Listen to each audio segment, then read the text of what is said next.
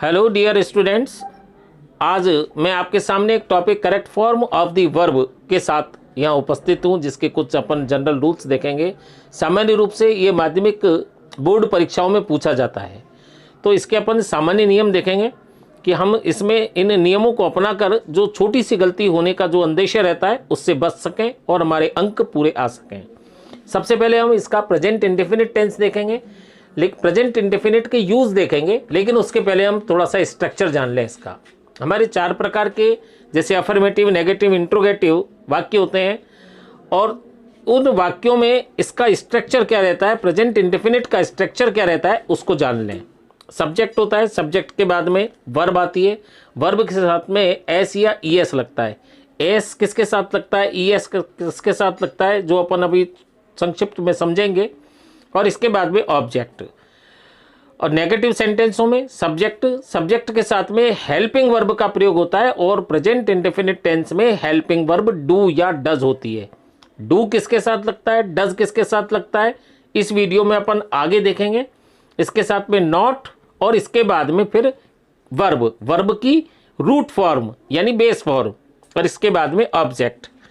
इसी प्रकार interrogative sentence में सबसे पहले सहायक क्रिया यानी डू या डज, इसके बाद सब्जेक्ट, इसके बाद वर्ब यानी वही रूट वर्ब प्लस ऑब्जेक्ट, यानी कि इसके बाद में अपन कर्म लिखते हैं। इसमें मैंने नोट के रूप में लिखा है, देखिए आप, suffix ES with the word ending, यानी कि जो शब्द Z O X C H S H S S से समाप्त होते हों, ऐसे शब्दों के साथ अपन जब उसको बहुवचन बनाते हैं तो ईएस का प्रयोग करते हैं। जैसे एग्जाम्पल के रूप में अपन देख सकते हैं पुश। अब इसमें देखिए एस एच आया है, तो एस एच के आने की वजह से, यानी एक शब्द, जो शब्द के अंत में एस एच आने की वजह से अपन इसमें ईएस का प्रयोग करेंगे। इसी प्रकार से एक्स, फिर अपन ईएस लगा देंगे। क्लास यानी डबल एस, तो ईएस लगा देंगे, यानी पुश का पुशेज, फॉक्स का फॉक्सेज, और क्लास का क्लासेज। तो ये एक वचन कर्ता जब होता है ना, उसके साथ में अपने को बहुवचन के लिए अपने को एस या ईएस का प्रयोग करना होता है। अब एस या ईएस का प्रयोग कैसे किया जाता है, किसके साथ किया जाता है, उसको देखें। अफर्मेटिव सेंटेंसेज में जब कर्ता एक वचन होता है, कर्ता एक वचन अपन जानते हैं, ही, शी, इट, कोई भी एक वचन संज्ञा हो सकती है, उसके साथ में अपन वर्ब में एस या ईएस लगा देते हैं। अब ईएस किसके साथ लगेगा वो मैंने आपको अभी बताया ही है, और ईएस किसके साथ लगेगा वो आप इनके अलावा जो भी होते हैं आप सामान्य रूप से समझ सकते हैं। और कर्ता जब बहुवचन होता है, कर्ता बहुवचन मतलब जैसे आई है, प्रेजेंट इंडेफिनिट टेंस में आई को बहुवचन माना जाता है, तो आई, यू, वी, दे या कोई भी बहुवचन संज्ञा के साथ में अपन वर्ब की फर्स्ट फॉर्म यानी वर्ब की बेस फॉर्म यानी वर्ब का मूल स्वरूप का प्रयोग करते हैं। जैसे ही गोज, वह जाता है, तो ही गोज। अब गोज में ओ लास्ट में आ गया, तो इसका मतलब अपन ने ईएस लगा दिया। ही एक वचन है, इसलिए अपने को गोज करना पड़ा। दे प्ले, अब दे बहुवचन है, अब बहुवचन होने की वजह से वर्ब की फर्स्ट फॉर्म यानी कि रूट फॉर्म लगेगी, तो दे प्ले यानी वे खेलते हैं, तो ये अपने को लगा दिया अपन ने। और नेगेटिव व इंट्रोगेटिव सेंटेंस में कर्ता जब एक वचन होता है, यानी कर्ता एक वचन वही ही, शी, इट के साथ में डज, और डज के साथ में वर्ब की फर्स्ट फॉर्म। जबकि कर्ता बहुवचन होता है तो आई, यू, वी, दे के साथ में डू, डू के साथ में और वर्ब की फर्स्ट फॉर्म का प्रयोग किया जाता है। एग्जाम्पल देखें, जैसे नकारात्मक वाक्य है, तो शी डज नॉट प्ले यानी वह नहीं खेलती है, तो वह एक वचन है, इसके साथ अपन डज सहायक क्रिया का प्रयोग करेंगे। नॉट अपने को लगाना है, अपन ने स्ट्रक्चर में देख लिया, तो शी डज नॉट प्ले ये हमारा नेगेटिव होगा। अगर इंट्रोगेटिव बनाना है तो इंट्रोगेटिव में हमको हेल्पिंग वर्ब को पहले लाना होता है, यानी कि वह क्या वह पढ़ता है, तो वह यानी एक वचन है, तो डज ही रीड। इसी प्रकार एक और उदाहरण देखें, नेगेटिव में दे डू नॉट क्वेरल, वे झगड़ते नहीं हैं, तो दे बहुवचन है, इसलिए अपन इसके साथ में डू का प्रयोग करेंगे। They do not quarrel negative है, और इसका अगर अपन इंट्रोगेटिव देखें, क्या वे झगड़ते हैं, तो वे यानी उसी के साथ वही डू, तो डू पहले आएगा, तो डू दे क्वेरल तो डू दे क्वेरल मतलब ये इंट्रोगेटिव हो जाएगा। Rules for usages in sentence यानी वाक्यों में प्रयोग के कुछ इसके सामान्य नियम है, वो देखें। यदि वाक्य में निम्नलिखित एडवर्ब ऑफ टाइम दिए हों, यानी वाक्य में अंग्रेजी का वाक्य दिया हुआ है, अंग्रेजी के वाक्य में इन जो नीचे लिखे हुए जो शब्द हैं इनमें से अगर कोई भी शब्द दिया हुआ हो तो हमको सिंपल प्रेजेंट टेंस का सामान्य रूप से प्रयोग करना पड़ता है। जैसे ऑलवेज, ऑलवेज का मतलब होता है हमेशा या सदैव। ऑफन, ऑफन का मतलब होता है अक्सर या बहुधा। यूजुअली, यूजुअली का मतलब होता है आमतौर पर, प्राय, बहुधा। रेयरली, रेयरली मीन्स होता है शायद ही, कभी या कदाचित। सेल्डम, सेल्डम का मतलब होता है कभी कभी या कदाचित। एवर, एवर मीन्स कभी। नेवर, नेवर मीन्स कभी नहीं। जेनरली, जनरली मीन्स आमतौर पर या सामान्यतः। फ्रीक्वेंटली, फ्रीक्वेंटली का मतलब बार बार या लगातार। रेगुलरली यानी नियमित तौर पर या नियमित। ओकेजनली, ओकेजनली मीन्स कभी न कभी यानी कभी कभी भी कह सकते हैं। डेली मीन्स रोज या दैनिक।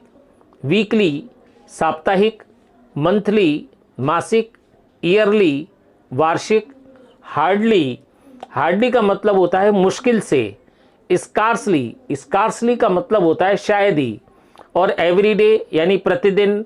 एवरी नाइट प्रति रात, प्रति सप्ताह, मंथ प्रति माह, ईयर प्रतिवर्ष, ईच डे प्रत्येक दिन, प्रत्येक रात, प्रत्येक सप्ताह, प्रत्येक मंथ, प्रत्येक वर्ष। ऑन संडे यानी सप्ताह के दिनों के नाम, अगर सप्ताह के दिनों में कोई काम किया जाता है तो जैसे ऑन संडे, ऑन मंडे, इस प्रकार से आ जाता है। सुबह शाम दोपहर को अगर कोई काम हो रहा है तो उसके लिए हम in the morning, in the evening, in the afternoon का प्रयोग होता है जो वाक्य में आपको ऑलरेडी दिया हुआ होता है।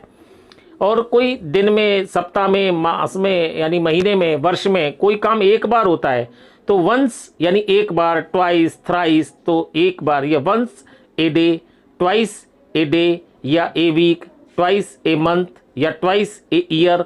अगर इस तरह का दे रखा है तो अपने को इसके अंदर सिंपल प्रेजेंट टेंस का अपने को वर्ब भरनी होती है। अब सिंपल प्रेजेंट टेंस की वर्ब के लिए मैंने आपको पहले ही बता दिया, तो एक वचन के साथ वर्ब में एस या ईएस लगा देते हैं और बहुवचन के साथ वर्ब में अपन एस या ईएस नहीं लगाते, बल्कि उसकी रूट फॉर्म ही अपन प्रयोग में लेते हैं। इनको अपन निम्न उदाहरणों से और अच्छी तरह से समझ सकते हैं। ही ऑलवेज कम्स ऑन टाइम। अब यहाँ इसमें वाक्य में देखो ऑलवेज दिया हुआ है और ऑलवेज क्या है, अपना एडवर्ब ऑफ टाइम है। अगर अपने को वाक्य में दिया हुआ है ही ऑलवेज खाली स्थान ऑन टाइम, तो हमको यहाँ जब खाली स्थान में भरना पड़ेगा, कम हमको ब्रैकेट में दिया हुआ होगा, तो हम क्या करेंगे, यहाँ कम्स लिखेंगे। क्योंकि कम्स क्यों आएगा, क्योंकि कर्ता एक वचन दिया हुआ है और वर्ब में अपन एस या ईएस जोड़ेंगे एक वचन के साथ, इसलिए ही always comes on time. She never खाली स्थान लेट यानी वह कभी विलंब से नहीं आती, तो यहाँ शी एक वचन है इसलिए अपने को कम्स का यूज करना है।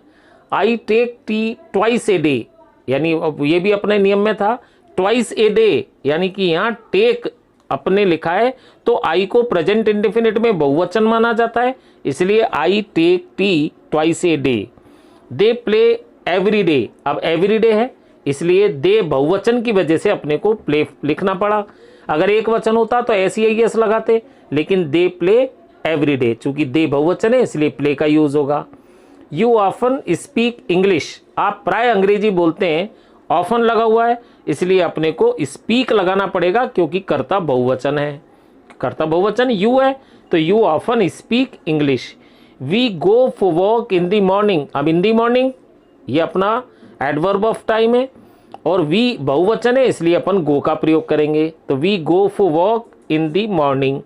You rarely pick up the phone, तुम रेयरली का मतलब अपन ने पढ़ा था कि नहीं पढ़ा था, रेयरली शायद ही यानी कदाचित, तुम कदाचित ही फोन उठाते हो, तो रेयरली क्या है, एडवर्ब ऑफ टाइम है, तो यहाँ अपन यू को बहुवचन होने की वजह से पिक करना पड़ेगा। अगर यहाँ होता ही तो हम करते उसको पिक्स अप, तो यहाँ यू है इसलिए you rarely pick up the phone.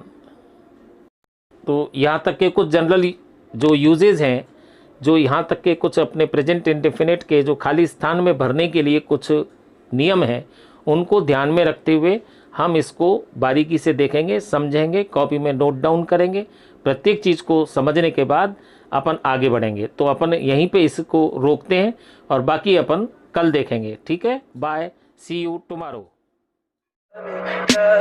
Tell me pretty lies, look me in the face, tell me that you love me, even if it's fake.